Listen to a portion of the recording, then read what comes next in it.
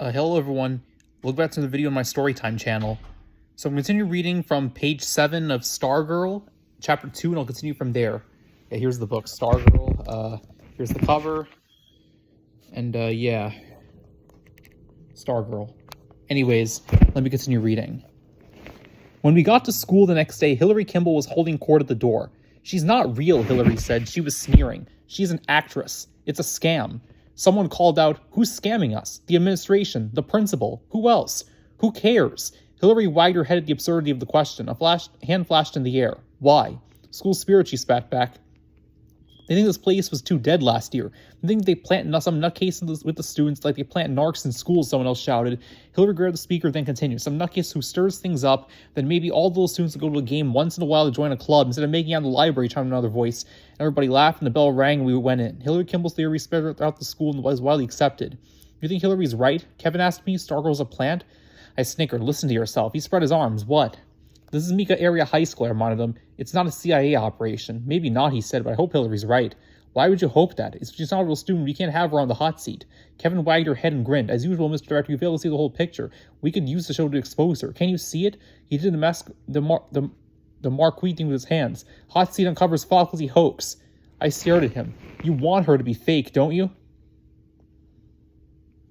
He grinned ear to ear. "Absolutely. Our ratings will go sky high."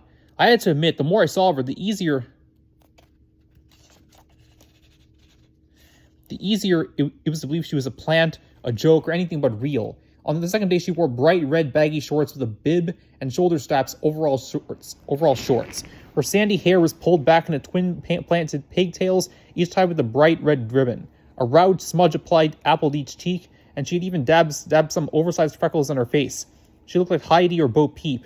At lunch, she was alone again at her table. As before, when she finished eating, she took up her ukulele, but this time she didn't play. She got up and started walking any among the tables. She stared at us. She stared at one face, then around another and another. The kind of a bold looking at you stare you almost never get from people, especially strangers. She appeared to be looking for someone, and the whole lunchroom had become very uncomfortable. As she approached the table, I thought, what if she's looking for me? That thought terrified me. So I turned from her. I looked at Kevin. I watched him grin goofily up at her. He wiggled his fingers at her and whispered, "Hi, Stargirl." I didn't hear an answer. I was intensely aware of her passing behind my chair. She stopped 2 tables away. She was smiling at a putting-bodied senior named Alan Furco. The lunchroom was dead silent. She started strumming at the uke and singing. It was Happy Birthday. When she came to his name, she didn't sing just his first name, but his full name. Yeah. "Happy birthday, dear Alan Furco." Furco's face turned red as Bo Peep's pigtail ribbons. There was a flurry of whistles and hoots, more for Alan Furco's sake, I think, than hers. As Stargirl marched out, I could see Hillary Kimball across the lunchroom rising from her seat, pointing, saying something I could not hear.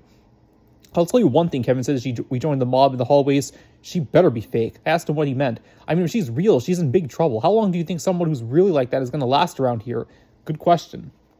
Micah Area High School, MAHS, was not exactly a hotbed of nonconformity. There were individual variants here and there, of course, within pretty narrow limits. We all wore the same clothes, talked the same way, ate the same food, listened to the same music. Even our dorks and nerds had an MAHS stamp on them. If we happened to somehow distinguish ourselves, we quickly snapped back into place like rubber bands. Kevin was right. It was unthinkable that Stargirl could survive, or at least survive unchanged among us. But it was also clear that Hillary Kimball was at least half right. This person calling herself Stargirl may or may not have been a faculty planner for school spirit. Whatever she was not real. She couldn't be. Several times in those early weeks of September, she showed up in something outrageous. A 1920s flapper dress, an Indian buckskin, a kimono. One day she wore a denim miniskirt with green stockings, and crawling up one leg was a parade of M&O ladybug and butterfly pins. Normal for her were long, floor-brushing pioneer dresses and skirts. Every few days in the lunchroom, she serenaded someone new with happy birthday. I was glad my birthday was in the summer. In the hallway, she said hello to perfect strangers. The seniors couldn't believe it. They had never seen a 10th grader so bold. Glad she was always flapping her hand in the air, asking questions, though the question had often nothing to do with the subject. One day she asked a question about trolls in U.S. history class. She made up a song about Lysis triangles. She sang it to a plain geometry class. It was called 3 Sides of I, but only 2 are equal. She joined the cross-country team. Our home meets were held on the Mika Country Club golf course. Red flag showed the runners the way to go. In her first meet out in the middle of the course, she turned left and everyone else turned right. They waited for her at the finish line. She never showed up. She was dismissed from the team. One day a girl screamed in the hallway. She had seen a tiny brown face pop up from Stargirl's sunflower canvas bag. It was her pet rat. It rode to school in the bag every day. One morning we had a rare rainfall. It came during her gym class. The teacher told everyone to come in. On the way to the next class, they looked out the window. Stargirl was still outside, in the rain, dancing. We wanted to find her, to wrap her up as we did each other, but we cannot seem to get past weird and strange and goofy. Her ways knocked us off balance. A single word seemed to hover in the cloudless sky over the school. Huh? Everything she did seemed to echo Hillary Kimball. She's not real. She's not real. And each night, in bed, I thought of her as the moon came through my window. I could have lowered my shade to make it darker and easier to sleep, but I never did. And that moonlit hour required a sense of the otherness of things. I liked the feeling the moonlight gave me, as if it wasn't the opposite of the day, but its underside, its private side, when the fabulous purred on my snow-white sheet like some dark cat come in from the desert. It was during one of these night moon times that it came to me that Hillary Kimball was wrong. Stargirl was real. Okay, chapter 3. We fought daily, Kevin and I. My main job as a producer was to recruit people for the hot seat. After I signed someone up, Kevin began researching the person, getting his questions ready. Every day he asked me, did you sign her up? Every day I answered no. He got frustrated. What do you mean no? Don't you want to sign her up? I told him I wasn't sure. His eyes bugged out. Not sure? How can you not be sure? We high-fived in the lunchroom weeks ago. We were thinking Stargirl mini-series even. This is a hot seat from heaven. I shrugged. That was then. Now I'm not sure. He looked at me like I have 3 ears. What's there to be not sure about? I shrugged. Well then, he said, y'all sign her up. He walked away. We'll have to find another director then, I said. He stopped. I could almost see the steam rising from his shoulders. He turned and pointed. Leo? He turned and pointed. Leo, you can be a real jerk sometimes. He walked off. It was uncomfortable. Kevin Quinn and I usually agreed on everything. We've been best friends since arriving in Arizona the same week 4 years before. Sorry, not weeks. 4 years before. We both thought the prickly pear cactus looked like ping-pong paddles with whiskers, and that saguaros looked like dinosaur mittens. We both loved strawberry banana smoothies. We both wanted to go to the television. Kevin all of a sudden he wanted to be a sleazy talk show host, and he wasn't kidding. I wanted to be a sports announcer or a news anchor. We were conceived a hot seat together and convinced the faculty to let us do it. It was an instant hit. It quickly became the most popular thing in school. So why was I balking? I didn't know. I had some vague feelings, but the only one I could identify was a warning. Leave her alone. In some, Hillary's hypothesis, so called by Kevin, about Stargirl's origins gave way to other theories. She was trying to get herself discovered for the movies. She was sniffing fumes. She was homeschooling gone amok. She was an alien. The rat she brought to school was only the tip of the iceberg. She had hundreds of them at home, some as big as cats. She lived in a ghost town in the desert. She lived in a bus. Her parents were circus acrobats. Her parents were witches. Her parents were brain-dead vegetables in the hospital of Yuma. We watched her sit down in class and pull from her canvas bag a blue and yellow ruffled curtain that she draped over 3 sides of her desk. We saw her set out a 3-inch clear glass vase and drop into a white and yellow daisy. She did under this in every class she attended 6 times a day. Only on Monday mornings was the daisy fresh.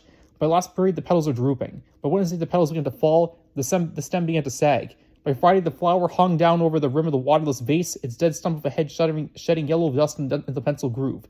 We joined her as she sang happy birthday to us in the lunchroom. We heard her greet in the hallways and classrooms, and we wondered how she knew her names and her birthdays.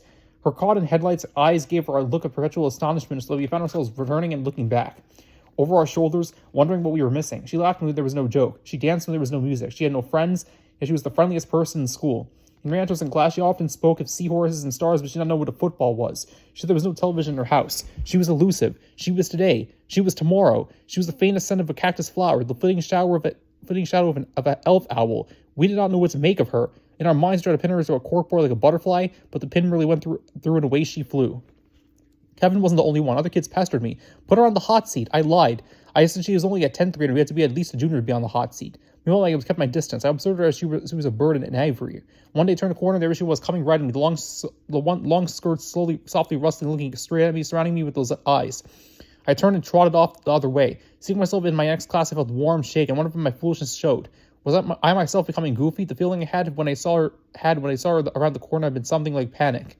Then one day after school, I followed her. I kept at a safe distance. Since she was known to not take a bus, I expected the walk to be short. It wasn't. We trekked all over Mika, past hundreds of grassless stone and cactus front yards, through the tourized shopping centers skirting the electronics business park around which the city had been invented a mere 15 years before.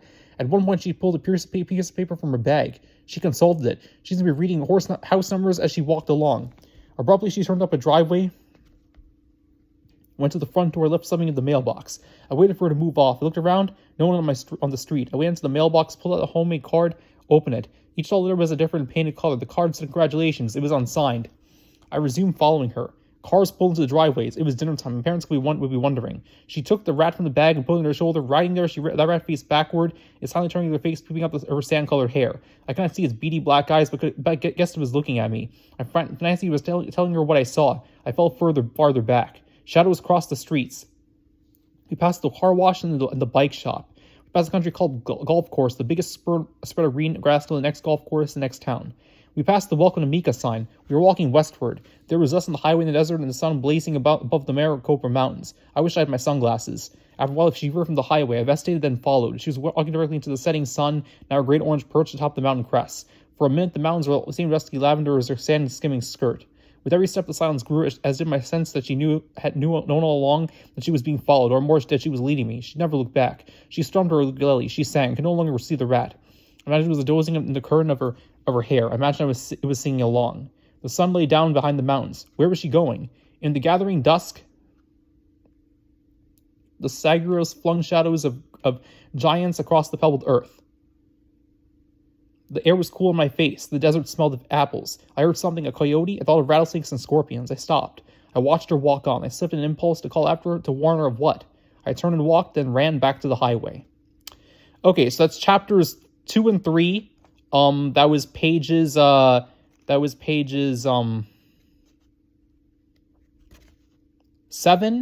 to 18. And I'll update you guys with the next chapter in the next video. Take care, everybody.